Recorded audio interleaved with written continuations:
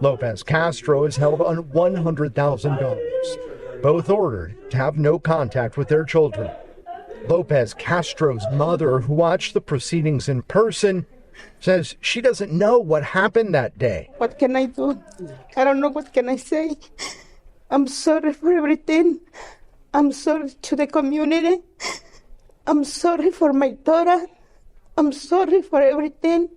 But the more important now, it is the children's. So you might watch the clip that I decided to open this video with, see that woman crying, wailing actually in the courtroom, and then hear from her mother about how this is such a sad situation and about how she only cares about the kids right now. Of course, she loves her daughter and she feels really bad about the situation, but it's the kids that are the true victims in this particular case. And think to yourself, well, she's in a jumpsuit, so I feel like she might have done something, but the local news media is showing this off in such a way that maybe she's the victim in this case. So I don't quite understand what's going on. And again, you are forgiven for not getting that particular information. But the people who are not forgiven are this local news agency, because the reason this woman is crying is because she was just issued a $100,000 bond. And by the way, her boyfriend was issued, I think, a $500,000 bond. And the reason for that is because somebody actually did try to help their kids. Somebody actually tried to help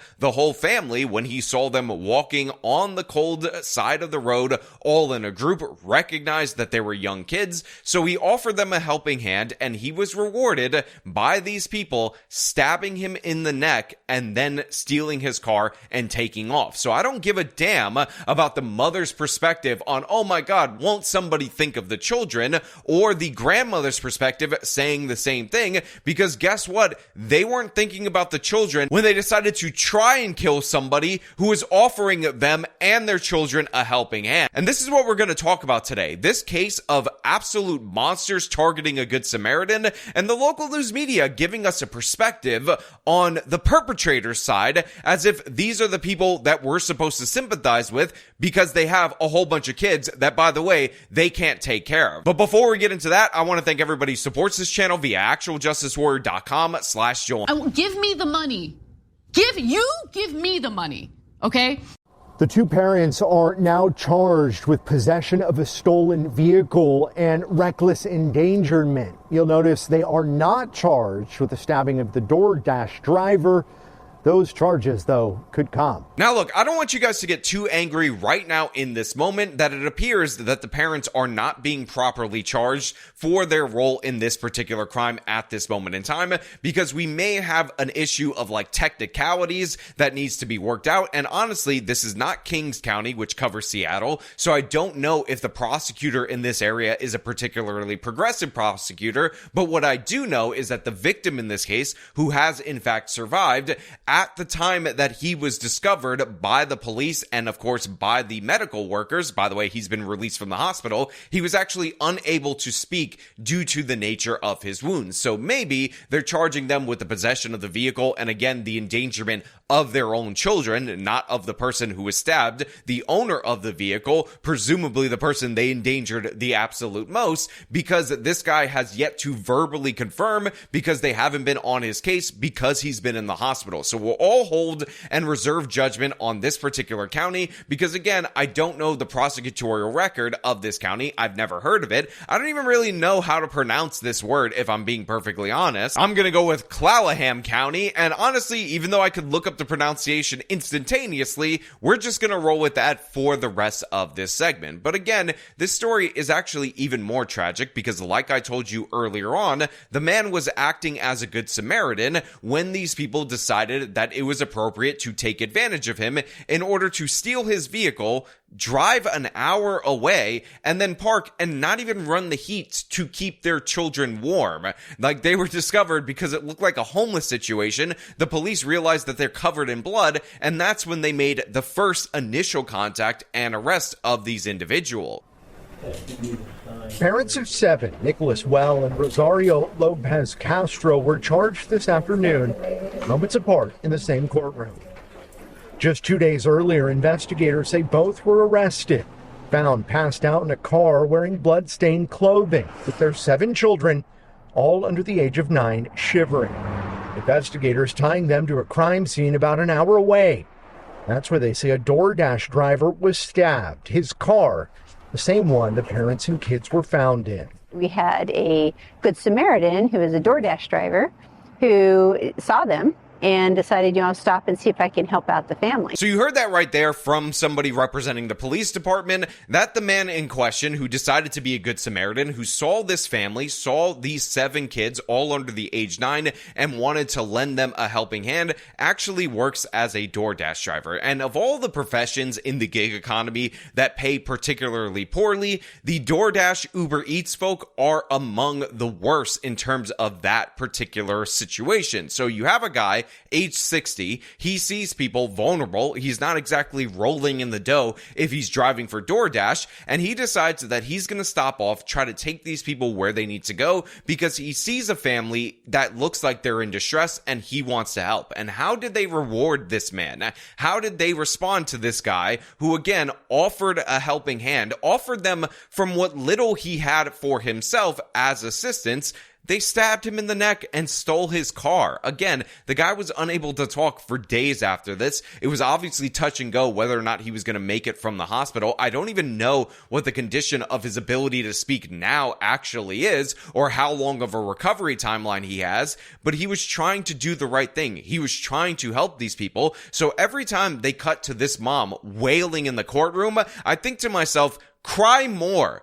Cry out louder. Honestly, I want to hear the pain in your voice, because it is nowhere near equivalent to the fact that you actually stole this man's voice, who again tried to alleviate your pain. These are the good people, by the way, across this country that see people in pain and want to reach out and lend a helping hand. We did the story in Queens of the elderly couple who opened their door to a guy who said he needed a phone charge. That guy got tortured, and these people are near the same level as that person, because essentially they thought, oh, this man wants to help our children. How do we hurt him and steal his vehicle because we want instant gratification? They stabbed him and obviously were covered in blood in front of their children. And again, they're busted an hour away from the crime scene. They're not even running the heat. They're not even warming up their kids. So obviously they had no intention at all whatsoever of providing for their children. And now they end up becoming on the taxpayer. They end up becoming the project of the state. And again, I will point out, if you have 7 children, first of all, the amount of welfare that is basically guaranteed to you when you're in that position is absolutely absurd. But if you have 7 children, you should be able to take care of them on your own. And when somebody offers you help, you don't try to kill them. Well, and Lopez Castro pleaded not guilty through their attorneys. Well is held on $500,000 bail. He was arrested and released the day before the incident for reckless driving with his kids in the car. So they mentioned the fact that Well actually had an arrest the day prior to this particular instance. He was held in jail overnight and then released. And normally I would focus way more on this particular aspect of the story. But the fact is, a reckless driving is not a serious enough charge in most circumstances that you are going to be held without bond or have a super high bond put up against you. So I understand him being released the next day. Now, of course, if we find out that he was also endangering his children, which it appears based on the charge he was, and he has a lengthy criminal history, and you could have used this along with previous probation or parole to throw him in jail or something of the sort, then that might be worthy of commentary later. But in reality, he was arrested for a minor infraction the day before, and it only becomes relevant now when we look at what he did the very next day. And maybe people are going to make the argument that poverty's behind this, and when they arrested him for reckless driving in his own car, he ended up, having to steal this car the next day. I don't know how people are going to stretch this,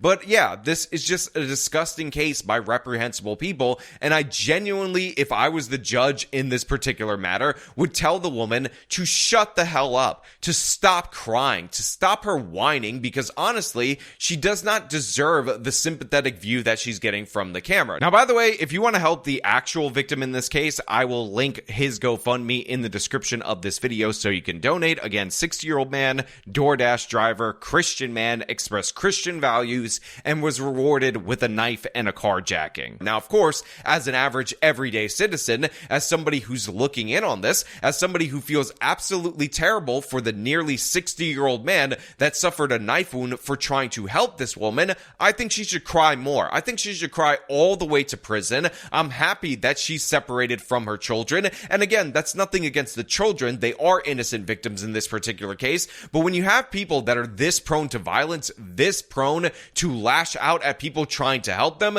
I don't think they make for very good parents. When you have people who steal a car, again, according to the left, obviously to help their children who are just cold and hungry, and they don't even run the heat in the car for their children, they just take a nap in it, leaving them to shiver in the back, I don't really give a damn about her or her situation. Again, a man tried to help them out. A man brought around his big ass SUV, offered them a ride, and he was rewarded with a knife to the neck. He could have died. It's not like these people called 911, and they did it for what? To get an hour's distance away so that they could sleep in the cold. It's insane. It's crazy. It's absolute madness. And I find it to be even more maddening that the local news media is giving me so much time and so much sympathy based on this particular woman, who again is one of the alleged perpetrators in this particular crime, who hasn't even faced the full charges for her actions on that fateful day. But you know what? Those are just my thoughts. I want to know what you guys think down in the comments below. As per usual, if you like this video, show them by leaving a like, subscribe for more content, follow me on my social media, support me via support links in the description of this video.